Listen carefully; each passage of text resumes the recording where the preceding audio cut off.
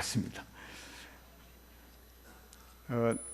우리의 소망은 3부 예배는 2부 예배처럼 좀 회복이 되고 2부 예배는 더 많이 오시고 또 특별히 금요 기도에 수요 기도에 많이 오셔서 하나님과 만남의 교제가 있는, 그래서 좀 영적으로 부유한 자가 되면 참 좋겠다, 그런 생각이 듭니다.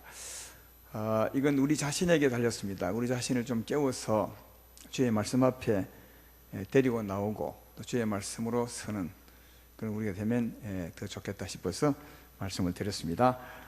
오늘은 6절부터 18절까지 할 텐데요, 제목은 제가 너희 몸을 주장치 못하게 하라. 우리 삶에 굉장히 관계 있는, 굉장히 또 중요한 말씀이죠. 죄가 우리를 주관하지 못하면 죄 이꼴 사망인데, 죄는 항상 그 사망이 따라옵니다. 죄, 사망. 죄가 있는 곳에 사망이 왕노릇하죠. 그 다음 죄에서 벗어나 의롭게 되면 하나님의 성령이 왕노릇합니다. 그러니까 죄, 사망, 하나님의 의, 성령, 이런 능력이니까 죄에서 벗어나게 하는 것은 곧 사망에서 벗어나게 하는 것이니까 굉장히 중요한 말씀이죠. 우리 삶의 핵심적인 말씀입니다. 이 말씀을 잘 들으셔서 죄가 주장하지 못하게 하시고 반대로 하나님이 주장하게 하시는, 그래서 하나님의 은혜로 살아가는 우리가 되면 좋겠습니다.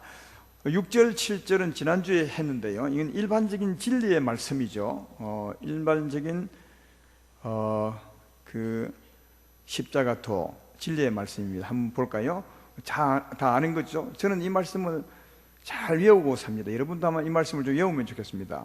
아마 다 외웠을지 모르겠네요. 우리가 알거니와 우리의 사람이 예수와 함께 십자가에 못 박힌 것은 죄의 몸이 죽어 다시는 우리가 죄에게 종노하지 아니함이니 이는 죽은 자가 죄에서 벗어나 의롭다 하심을 얻었습니다.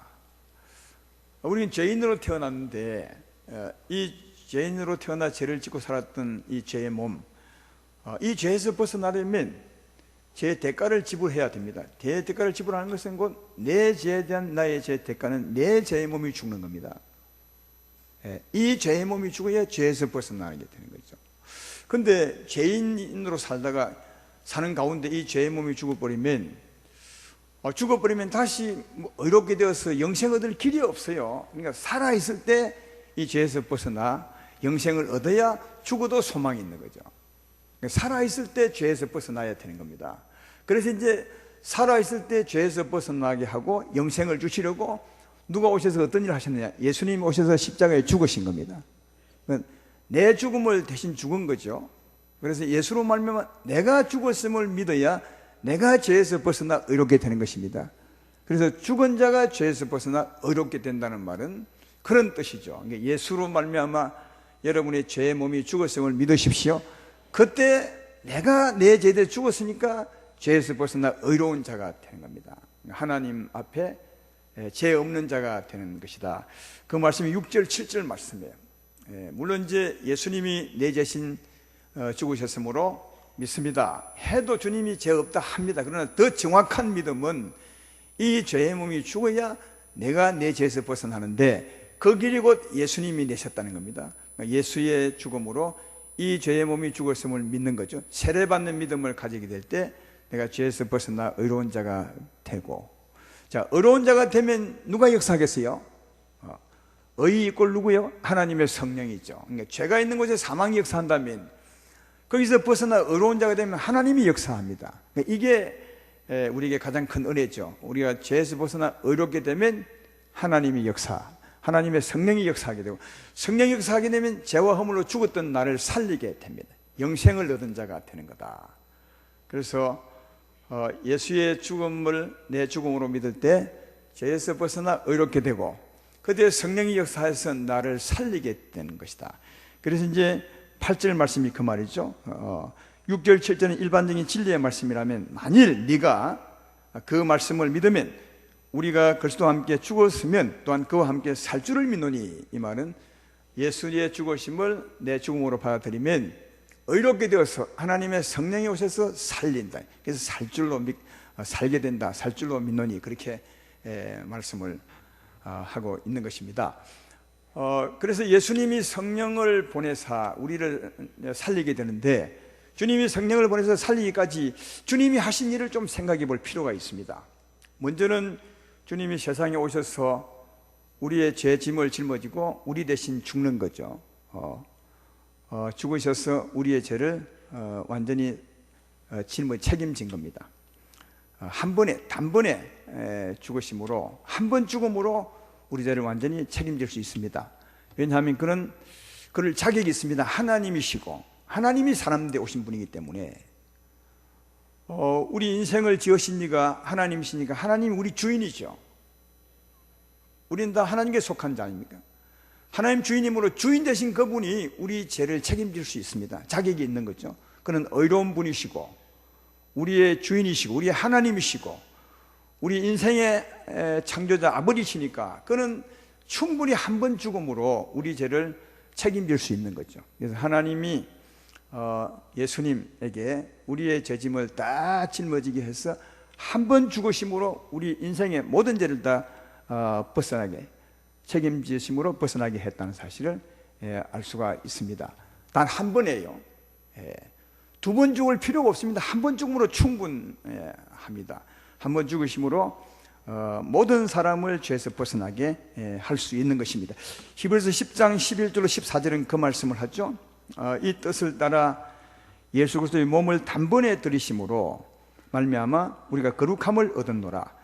제사장마다 매일 서서 섬기며 자주 같은 제사를 드리되 이 제사는 언제나 죄를 없게 하지 못하거니와 오직 그리스도는 죄를 위하여 한 영원한 제사를 드리시고 하나님 우편에 앉으사 그 후에 자기 원수들을 자기 발등상이 되게 하실 때까지 기다리시나니 그가 거룩하게 된 자들을 한 번의 제사로 영원히 온전하게 하시느니라.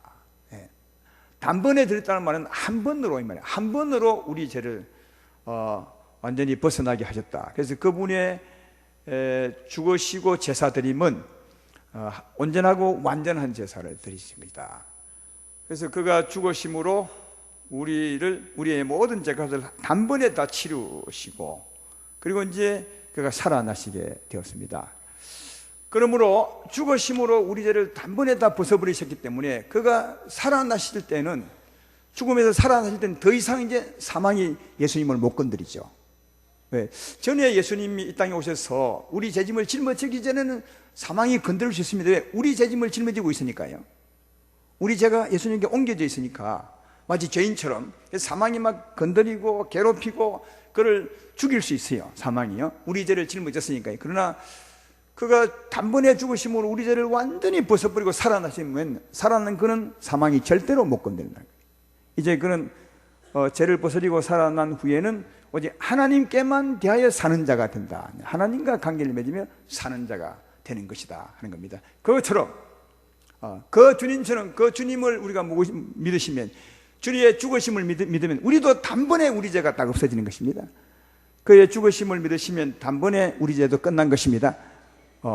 그의 죽으심 위에 내 모든 죄를 단번에 처리하셨기 때문에 믿으면 죄에서 벗어나게 되고, 그 다음에 성령이 오셔서 우리를 살리게 되는데, 살아났을 때는 이제는 다시는 사망이 우리를 중환하지 못합니다. 우리는 누구요? 하나님께 대해 사는 자가 되는 거죠.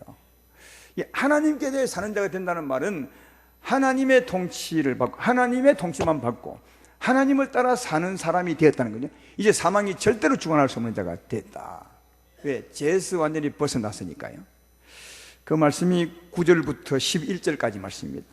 이는 그리스도께서 죽은 자 가운데서 살아나셨음에 다시 죽지 아니하시고 사망이 다시 그를 주장하지 못할 줄 압니다. 완전히 죄를 벗어버렸기 때문에 더 이상 사망이 못 건든다는 말이죠.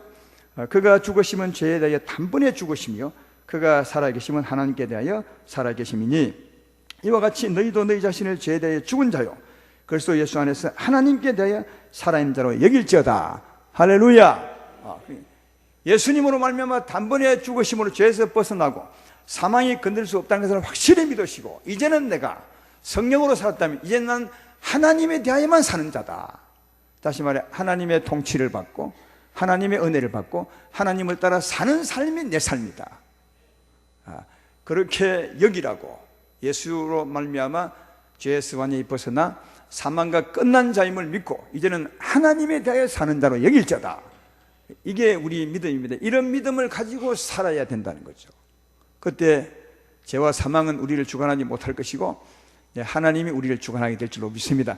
이런 믿음으로 살아가셔야 됩니다. 여기서 우리가 알 것은 십자가 짊어짐이 참 중요한 것은, 예수의 죽으심에 연합한 자가 되는 게 중요한 것은, 예수의 죽으심에 연합한 자, 십자가를 짊어질 때 죄가 우리를 못 건드린다는 거죠. 십자가를 짊어질 때 더 이상 죄가 건드리지 못하고, 죄가 건드리지 못하면 사망이 우리를 건드리지 못합니다. 반대로 누가 우리를 주관하겠습니까? 우리가 의롭게 되고 성령이 우리를 주관하게 된다. 그래서 알 수 있죠. 십자가 짊어질 때 이 십자가가 진짜 중요한 건데, 근데 여기서 이제 우리 사람들의 삶, 사람들의 삶을 주관하는 두 힘을 볼 수 있어요. 두 힘이 어떤 힘이죠? 사망의 힘이 있고 하나는 성령의 힘이 있어요. 이 두 힘이 우리 인생을 주관합니다. 우리 인생은 이 두 힘에서 벗어날 수 없습니다. 죄인들은 무조건 이 사망이 주관합니다. 탐욕과 근심과 걱정과 미움과 이런 힘이 사망이죠. 이 사망이 죄인들을 주관하게 되고, 그 다음 죄에서 벗어나 의롭게 된 자들은 하나님의 성령, 사랑과 희락과 화평과 이 거룩한 하나님의 능력이 그 사람을 주관하게 되죠. 이 두 힘이 우리 사람의 삶을, 우리 마음을 주관하게 되고 삶을 주장하게 된 겁니다. 따라서 죄로 말미암아 사망이 역사하면, 죄로 말미암아 사망이 여러분을 역사하게 되면 우리 마음과 이 몸이 죄의 몸이 됩니다. 육체와 정욕이 가득한 죄의 몸이 되어서 마음도 사망에 순종할 수밖에 없고 몸도 죄의 병기로 될 수밖에 없는 것입니다. 죄로 말미암아 사망이 우리 마음과 몸을 덮어버리면 별 죄도 없어요. 마음도 죄에 순종하고 몸도 죄에 순종할 수밖에 없어요. 그러나 죄에서 벗어나 우리가 의롭게 되어서 하나님의 성령이 역사하면 우리 마음도 하나님의 성령에 순종할 수 있고 우리 몸도 하나님의 의의 병기로 될 수가 있습니다. 제 말 이해되십니까? 그래서 중요한 것은 죄와 사망이 우리를 주장하지 못하게 해야 되는 겁니다. 의와 하나님의 성령이 우리 삶을 주관하게 만들어셔야 됩니다. 이때 우리는 하나님의 은혜로 살 수 있습니다. 죄와 사망이 우리를 주관하면 절대로 아무리 발부둥 쳐도 우리 마음, 우리 삶의 본부 같은 행동의 근거지가 우리 마음입니다. 여러분 마음입니다. 여러분 마음, 여러분 삶의 상황실, 본부 같은 그 마음을 어둠이, 사망이 딱 덮어버리면 여러분이 아무리 애를 써도 우리 마음은 어둡고 우리 마음은 근심할 수밖에 없고 우리 마음이 어둠에 순종할 수밖에 없고 우리 마음이 어둠에 순종하면 몸도 자연히 죄의 병기가 될 수밖에 없는 거죠. 그러나 죄가 떠나고 우리가 의롭게 되어서 하나님의 성령이 우리 마음과 생각을 지배하게 되면 우리 마음도 성령에 순종하고 우리 몸도 성령에 순종하는 자가 되는 것이다. 그래서 우리 삶이 하나님 보시기에 성공하려면 죄와 사망이 우리를 주관하지 못하게 해야 된다는 거예요. 사랑하는 여러분, 죄와 사망이 우리를 주관하지 못하게 하려면 어떻게 해야 되는 것입니까? 무엇을 하면 죄와 사망이 우리를 주관하지 못하는 것입니까? 이게 십자가를 짊어지면, 십자가를 짊어지면 의롭게 되어서 죄와 사망이 우리를 주관하지 못합니다. 하나님의 성령이 주관할 줄로 믿습니다. 그 말씀이 12절 말씀부터입니다. 12절, 그러므로 너희는 죄가 너희 죽을 몸을 지배하지 못하게 하여, 죄가 지배하지 못하게 하여 몸을 사역에 순종하지 말고 또한 너희 지체를 불의의 무기로 죄에게 드리지 말고 오직 너희 자신을 죽은 자 가운데서 다시 살아난 자 같이 하나님께 드리며 너희 지체를 의의 무기로 하나님께 드리라. 다르게 말하면 죄가 너희를 주관하면 사망이 너희를 덮어서 내 몸도 마음도 죄의 병기로 될 수밖에 없다는 것이고요, 죄에서 벗어나 하나님의 성령이 주관하면 내 은혜를 따라 살 수 있다는 거죠. 그래서 죄와 사망이 네 몸을 주관하지 못하도록 하라. 어떻게 하면요? 십자가를 짊어지면 된다는 거예요. 십자가를 짊어지시면 눈을 딱 감으시고 주의 죽으심이 곧 이 죄의 몸이 죽은 것입니다. 이게 마음에 탁 믿으시고 주의 내가 우리 주 예수로 말미암아 의롭게 되었음을 믿습니다 하면 의롭게 되죠. 그때 성령이 내 마음에 차게 되는 거죠. 주의 이름을 부르면 주께서 역사하게 될 줄로 믿습니다. 죄와 사망이 나를 주장하지 못하게 하는 것은 십자가를 짊어지는 거죠. 그때 나는 죄에서 벗어나 의롭게 되고 그 다음 성령이 역사하사 은혜가 우리의 삶을 주관하게 되리라 믿습니다. 은혜가 나를 주관하면 우리는 죄를 따라 안 살지 않습니다. 은혜 아래 있기 때문이죠. 그래서 14절에 제가 너희를 주장하지 못하리니 이는 너희가 법 아래 있지 아니하고 은혜 아래 있음이라. 십자가를 짊어지고 하나님의 성령이 역사하면, 은혜가 나를 주관하면 죄가 우리를 주장할 수 없다는 겁니다. 예. 은혜와 죄가 동시에 절대로 우리 몸을 주관할 수 없습니다. 죄가 주장하면 은혜가 주장할 수 없고요, 은혜가 주장하면 죄가 주장할 수 없는 것입니다. 십자가를 짊어지면 죄와 사망이 물러가고 은혜가, 성령이 우리를 주관하게 되리라 믿습니다. 그렇게 해서 살아라는 거죠. 죄와 사망이 너희 몸을 주장하지 못하게 하라. 다시 말하면 십자가를 짊어지고 의롭게 되고 성령이 내 몸을 주관하게 하라. 그것이 은혜로 사는 것이다. 그렇게 말씀하고 있습니다. 날마다 십자가 짊어지고 은혜가 여러분의 마음과 생각을 주관토록 하시기를 주의 이름으로 축원합니다. 그리고 15절 16절을 보십시다. 그런즉 어찌하리요? 우리가 법 아래 있지 아니하고 은혜 아래 있으니 죄를 지으려 그럴 수 없느니라. 15절만 봅시다. 죄에서 벗어나게 되면 또 하나 벗어난 것이 있는데 뭐겠어요? 우리가 십자가로 말미암아 죄에서 벗어나 무관한 자가 되면 또 하나 우리와 관계없는 게 있는데 뭐겠어요? 하나님의 법이 율법이죠. 왜냐하면 율법은 누구에게 주었다고 말했습니까? 의인에게 주는 것입니까? 죄인에게 주는 것입니까? 율법은 죄인에게 주는 겁니다. 법은 죄인을 위해 필요한 겁니다. 이 세상에 많은 법이 있는 것도 죄를 짓기 때문에 법이 생겨난 것이고, 법을 자꾸 더하는 것은 죄를 교묘하게 짓기 때문에 법을 자꾸 만드는 겁니다. 이 법은 죄인을 위한 것임을 아셔야 합니다. 나중에 천국 가면 법 하나도 없습니다. 천국 가면 이웃을 사랑하라 이런 법이 필요 없습니다. 왜냐하면 저절로 사랑하게 되니까요. 그러니까 저절로 사랑하게 되는 사람에게 사랑하라 말 필요 없는 거죠. 그러니까 의인, 하나님의 은혜로 살 수 있는 사람에게는 법이 필요 없는 겁니다. 이 법은 죄인에게 주어진 것임을 아셔야 합니다. 그래서 죄에서 벗어나면 이제 법도 필요 없는 거죠. 예, 죄에서 벗어나면 죄인에게 준 율법이 필요 없게 되는 겁니다. 그래서 우리 예수 믿어서 죄에서 벗어나게 되면 그동안 우리를 죄인임을 발견하게 하려고 준 율법이 우리와 전혀 무관한 법이 되는 겁니다. 예수님 믿음으로 죄에서 벗어나게 되면 하나님 율법을 하나님 다 찢어버리신다고요. 이건 이제 네와 관계없다. 너는 오직 살아있는 하나님과 관계 있는 거지.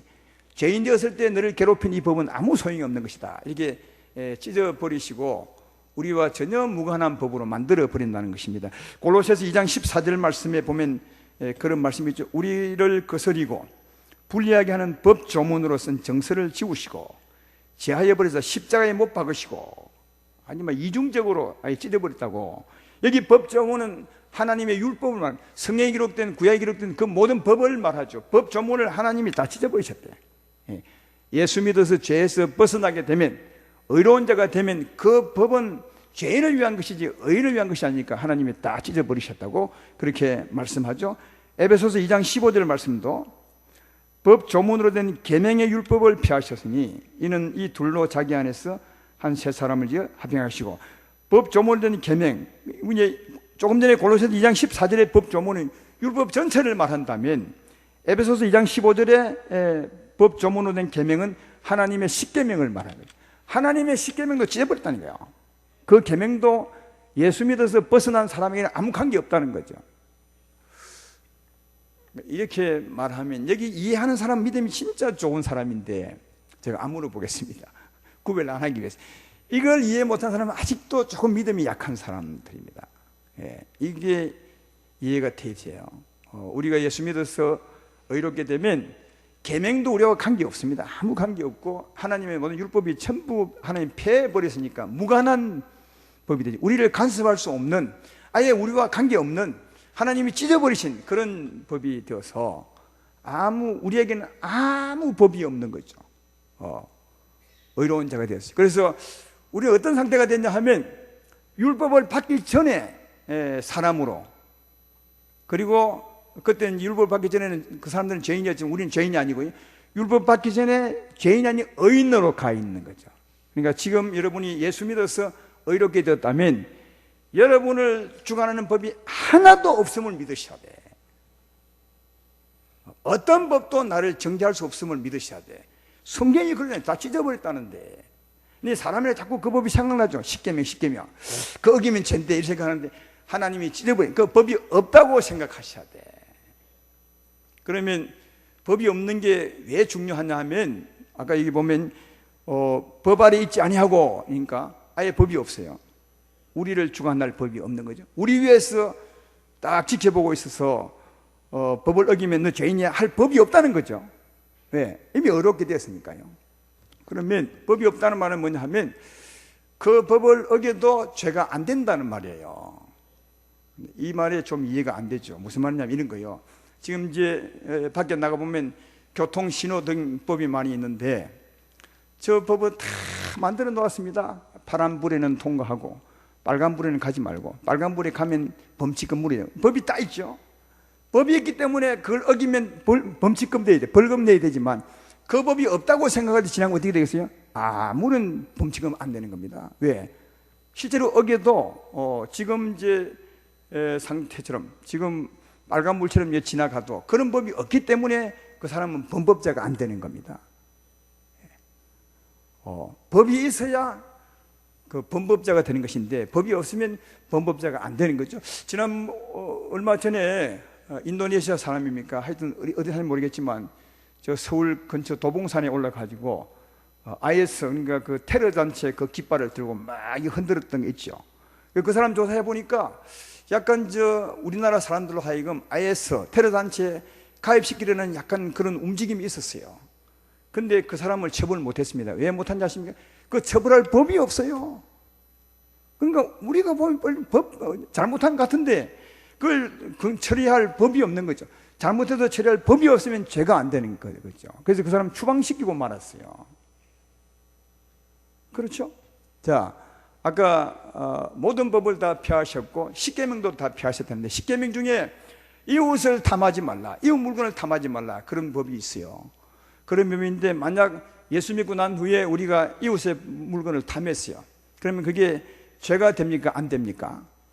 여러분이 죄가 된다고 말하겠죠. 이건 왜 율법이 내게 살아있기 때문에 자꾸 죄가 근데 그런 부분은 없어요. 이미 하나님이 찢어버리셨기 때문에 이웃의 물건을 탐해도 죄가 안 되는 거예요. 지금 그 말을 하고 있습니다. 예. 그러면 이제 그 15절이 그 말이죠. 그런즉 우리가 법 아래 있지 아니하고 은혜 아래 있으니 그러면 죄를 지어야 되느냐? 다시 말해 법을 어겨도 전에 있던 그 법을 어겨도 죄가 안 되기 때문에 그러면 마음대로 죄를 지어도 되느냐? 그런 뜻이거든요. 이 물음 가운데는 전에 십계명을 어겨도 죄가 안 된다는 말이에요. 안 되기 때문에 그걸 어겨도 되느냐? 이 말을 하고 있는 거거든요. 그러니까 여기까지 제가 강조하고 싶은 것은 이미 법은 다 우리에게 없어요. 그래서 그 법을 우리가 어겼다고 해도 우리가 그 법에 저촉이 안 되는 겁니다. 다시 말하면 죄인이 안 되는 거죠. 범법자가 안 된다는 거예요. 그러면 오늘 여기 물음처럼 그 법을 어겨도 범법자가 안 되는데 그러면 우리 마음대로 죄를 지어도 되느냐? 그리 묻는 거죠. 어찌해야 되겠습니까? 안 된다는 거예요. 왜 안 되느냐? 그 다음 말 때문에 그래요. 16절 때문에 그래요. 16절을 보실까요? 보면 너희 자신을 종으로 내어 주어 누구에게 순종하든지 그 순종을 받는 자의 종이 되는 줄을 너희가 알지 못하느냐? 혹은 죄의 종으로 사망에 이르고 혹은 순종의 종으로 의에 이르느니라. 이것 때문에 안 된다는 거예요. 죄인이기 때문에 되는 것이 안 되는 것이 아니라 법을 저촉하기 때문에 안 되는 것이 아니라 이것 때문에 안 된다는 거예요. 이것 때문에. 이게 무슨 말이냐면 이런 거죠. 아까 십계명 중에 이웃의 물건을 탐하지 말라 그런 법이 있어요. 근데 이제 그 법을 찢어버렸으니까 이웃의 물건을 탐해도 사실은 우리를 죄인이라 할 수는 없어요. 근데 그 일을 하면 안 된다. 왜 안 되느냐 하면 그걸 하면 담심이 생겨요. 담심이요. 담심으로 하죠. 이 담심, 이 사망이죠. 이 담심을 따라 우리가 살면 죄는 안 되지만 따라 살 때 우리 마음이 더러워진다는 거죠. 담심을 따라 죄의 종으로 살면 우리 마음이 점점 죄와 허물로 덮여서 우리 영혼이 사망에 이른다는 거죠. 죄는 안 되지만 우리 영혼이 점점 죽기 때문에 죄를 지어서는 안 된다고 말하는 겁니다. 제 말 이해되면 아멘 합시다. 네, 그런 뜻이에요. 이 말씀 가운데는 법을 어겨도 문제는 없지만 그러나 추한 마음, 나쁜 마음으로 살면 법은 어겨도 문제가 없지만 네 마음이 더러워져서 죄의 종이 되면 네 마음이 사망에 이른다는 거예요. 그 삶의 결과가. 그래서 안 된다는 거예요. 그래서 우리가 진짜 예수 믿어서 모든 법에서 자유하지만 어떤 법도 우리를 어겨갈 수 없지만 어떤 법을 어기도 우리가 죄인이 안 되지만 그래도 안 되는 것은 네 마음에 추한 마음을 가지고 죄의 종으로 살아가면 네 마음이 더럽혀지고 그 삶의 결과가 네 영혼에 남아있어서 네 영혼이 죄와 허물로 점점 죽게 된다는 거예요. 그래서 안 된다는 거예요. 이해하시겠죠?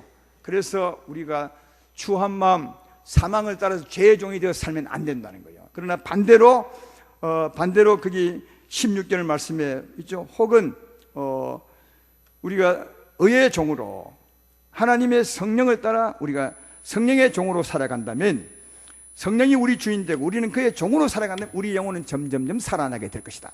더 큰 생명에 이르게 될 것이다. 그래서 죄의 종으로 살 것이 아니라 의의 종으로 살 때 내 영혼이 살아나게 되고 아름다워지게 되고 그 삶의 결과로 천국에 가게 될 것이다. 그러므로 우리가 예수 믿어서 모든 법에서 벗어났지만 그래서 법을 어기도 죄인은 아니지만 그래도 나쁜 마음으로 살지 않아야 되는 것은 우리 마음대로 살지 않고 성령의 은혜를 따라 살아야 되는 것은 그렇게 살 때 네 영혼이 더 아름다워지기 때문에 그렇다고 그렇게 말씀하고 있습니다. 우리는 자유자입니다. 어떤 법이 여러분을 죄인으로 징계할 수 있습니까? 아무것도 없습니다. 그러니까 우리는 정말 자유합니다.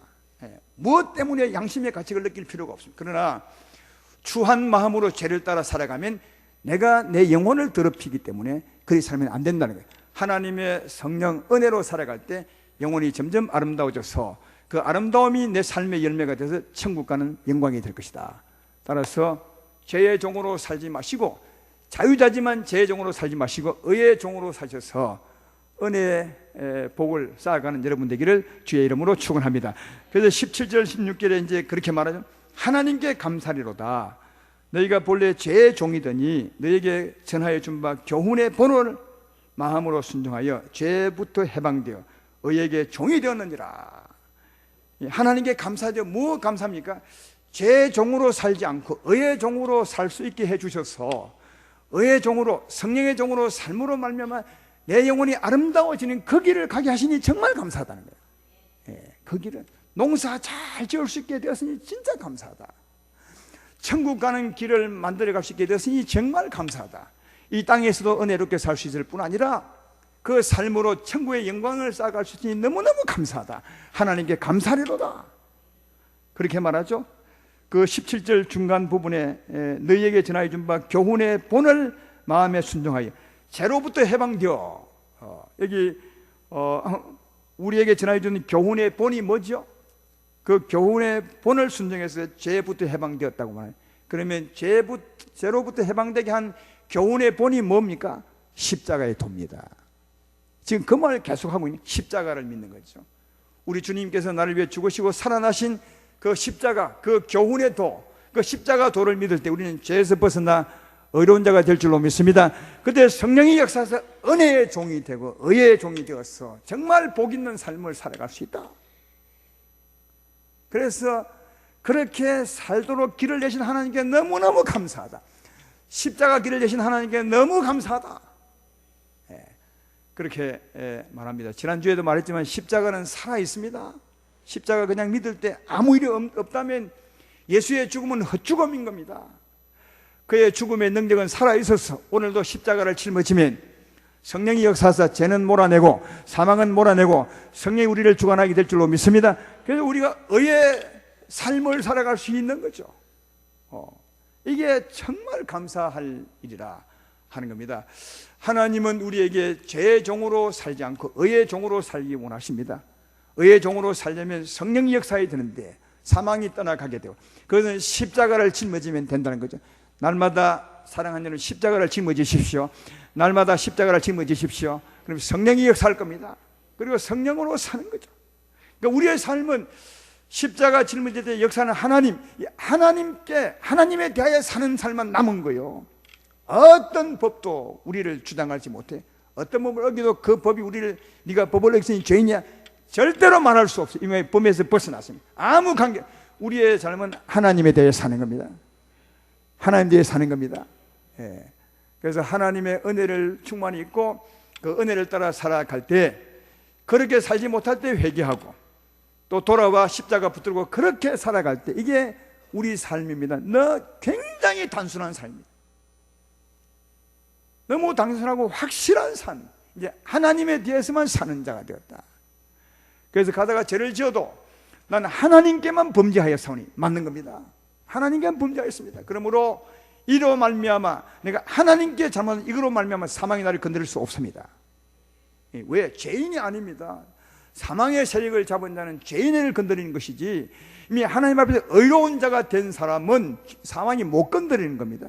하나님께만 주여 하나님께만 범죄하였사오니 나를 용서해 주시고 여전히 하나님의 은혜 가운데 살게 해주시고, 그러니까 하나님의 은혜의 경계선을 넘어가지 않는 거죠. 죄를 지어도 하나님 안에서 죄를 짓는 거죠. 죄를 지어 하나님 안에서 죄를 짓고 빨리 죽기로 돌아가고 은혜를 살고, 죄를 지어도 하나님 안에서 죄를 짓고, 이렇게 살면 언제나 의의 영역 가운데서 살게 되어서 정말 복 있는 삶을 살게 된다 하는 겁니다. 그러니까 십자가가 대단한 겁니다.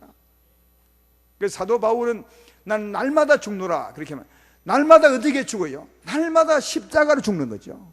날마다 십자가로. 왜? 우리 날마다 예수의 죽음에 합하여 이 제 몸이 죽었음을 믿는 거죠. 날마다 회개하고 주의 십자가를 믿는 거죠. 난 예수와 함께 오늘도 이 제 몸이 죽었음을 믿습니다. 날마다 죽는 거죠. 아니 시시때때로 죽는 거죠. 기도할 때마다 죽는 거죠. 그러면 누가 역사한다고요? 죄와 사망은 떠나고 하나님의 성령이 역사합니다. 왜? 우리 인생은 예수 믿어 의롭게 되었어도 세상에 나가면 자꾸 죄를 만지니까요. 사망을 만지니까요. 그래서 끊임없이 회개하고 십자가 붙들면 사망과 죄가 떠나가고 성령이 다가와 우리를 주관할 줄로 믿습니다. 이 십자가가 얼마나 큰 은혜인지 모릅니다. 최고의 큰 은혜죠. 십자가 주님이 역사하고 은혜 가운데 살 수 있는 복 있는 십자가. 은혜 가운데 십자가로 말미암아 은혜 가운데 살면 하나님이 나와 함께 계시니까 내 가는 길을 보호해 주죠. 지켜주시죠. 신명기 어디도 보면 하나님이 어떻게 계신다고요? 우리 위에도 계시고 우리 앞에도 계시고 우리 밑에도 우리를 안에 계시고 우리 안에도 계시고 그렇잖아요. 그러니까 하나님과 함께 동행하면 어느 귀신이 우리를 건드릴 수 없고 어떤 사고도 우리를 건드릴 수 없고 어떤 전염병도 우리에게 들어올 수 없고 하나님의 보호의 울 안에 살아갈 수가 있는 것이죠. 그리고 하나님의 은혜로 살아가면 그 삶이 복 있는 길 되고 생명길 되어서 영광의 복을 쌓아갈 뿐 아니라 또 하나님과 함께 동행하면 우리 하는 일을 잘 되게 하죠. 여러분 어떤 말이 지혜 있는 말입니까? 아주 묘하고 사람이 꼼짝 못하는 그런 말이 지혜 있습니까? 아무리 그런 말을 해도 그게 능력이 붙어있지 않으면 아무 효력이 없습니다.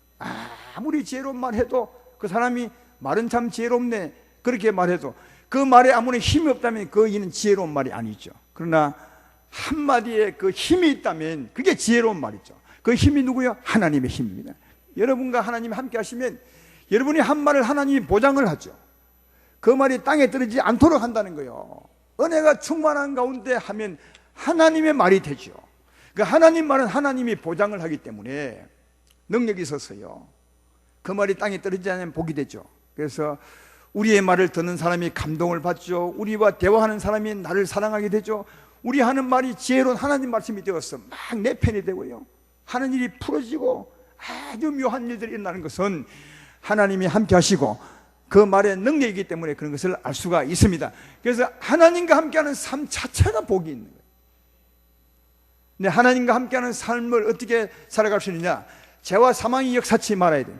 죄와 사망을 어떻게 차단할 수 있으면 십자가를 짊어짐으로 주의 십자가 나의 십자가 짊어질 때 우리는 죄에서 벗어나 의로운 자가 될 것이고 성령이 역사할 줄로 믿습니다. 죄와 사망에서 벗어나는 것은 십자가 짊어지는 것입니다. 어찌하여 죄와 사망에서 벗어날 수 있느냐? 죄에서 벗어날 수 있는 길이 뭐냐? 십자가 짊어지는 것. 날마다 십자가 짊어지시고 성령의 은혜로 살아가는 복 있는 삶 되기를 주의 이름으로 축원합니다.